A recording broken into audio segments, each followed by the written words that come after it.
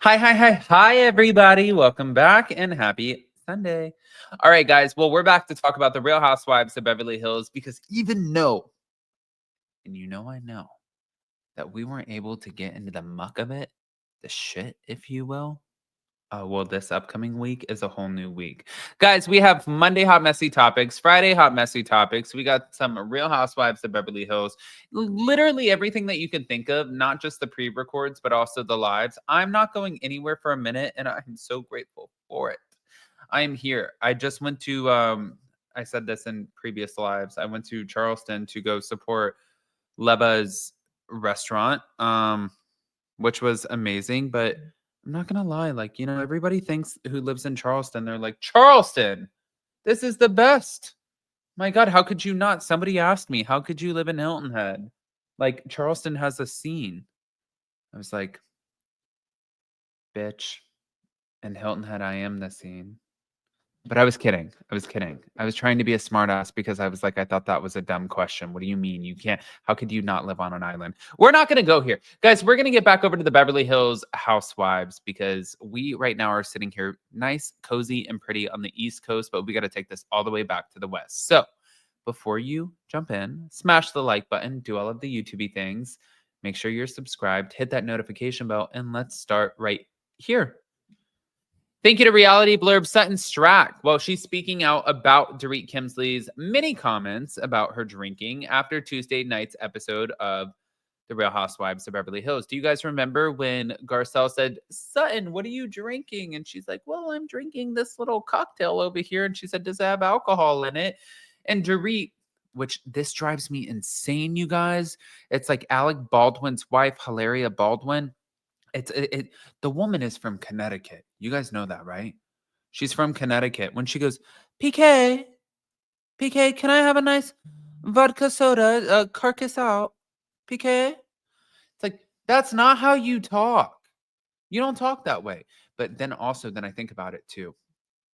I think that this could be heavily influenced because I have a stepsister, and she lives in Alabama. And every time I see her, she goes, hey, bro, how are you doing? And I'm like, well, you also didn't talk like that. So maybe it's just a thing. I don't know. We're not going to pick on them, though. Let's move on because we're kind of coming off like assholes. So as Dorit and the rest of the ladies reacted to Sutton's decision to order water at the group event and wondered where the relationship was going to take a turn for the worse, or at least when, Sutton explained her unexpected order. Yeah. She was talking about this on the Beverly Hills after show. After show. She said that day was like 90 degrees, so I'm sorry that I sat down to have a glass of water. Every now and then I do hydrate. I'm like a hamster. But looking back at Dorit's comments about the drinking, Sutton said that her castmate knows that it bothers her. It would bother anyone. I will continue to say that I saw that woman pour vodka into her Coca-Cola, and we all know she drinks with the vodka and the lemons with the no peel and the dead carcasses everywhere. We know that. We've seen it for years. And I think she likes to hate me, and I think it's a fun passion of hers. But according to Dorit, she signaled to Sutton's drink order only because it was so unusual. And she said, I've known Sutton for 5 years. This woman has never, ever, ever, ever, ever, ever, ever, ever, ever, yes, I did not exaggerate that, ordered water when we've gone for drinks. Ever. Things ain't good.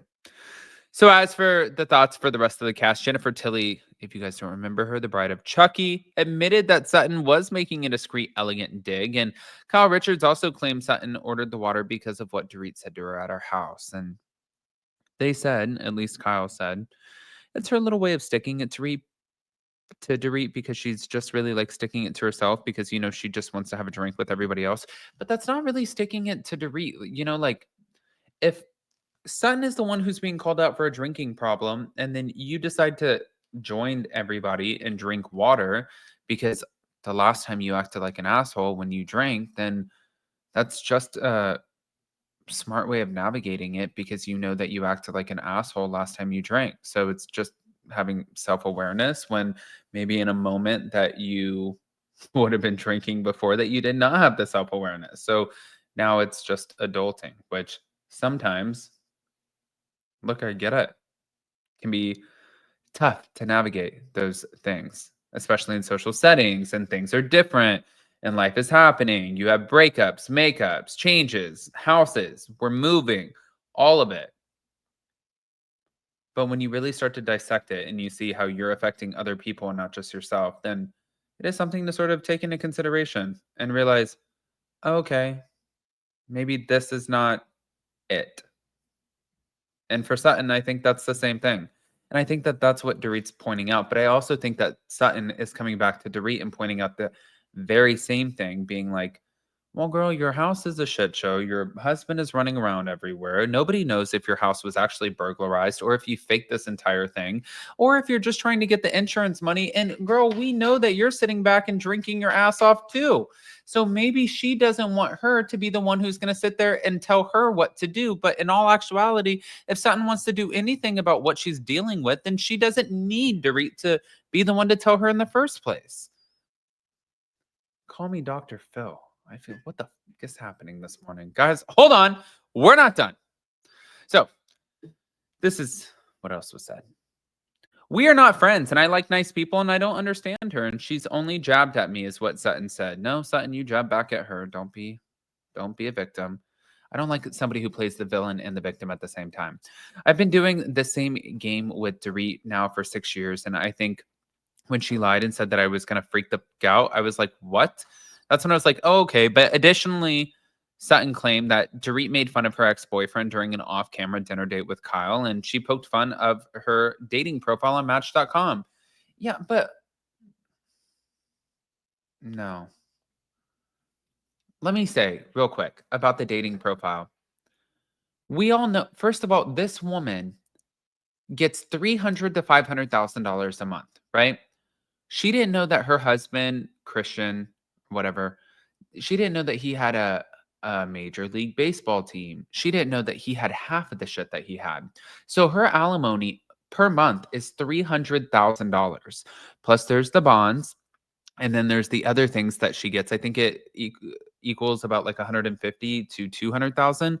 So every month she gets cut a check for about $500,000. That is what her alimony salary is until either A, her ex-husband dies, which nobody wants that, or B, she gets remarried.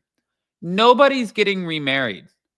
If I was, I don't care if it was my best friend and I'm in love with you, I would be like, I can love you without a piece of paper. I am getting my check. I wouldn't give that up. Do you know how long it takes most people to make $500,000 in their life?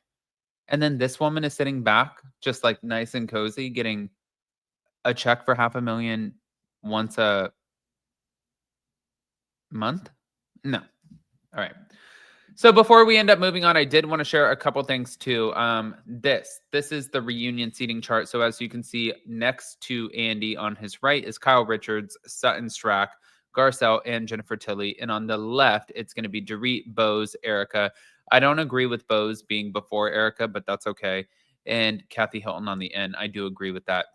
That's the only part of this that I don't agree with. I think that Bose being ahead of Erica was just like a major gut for Bravo.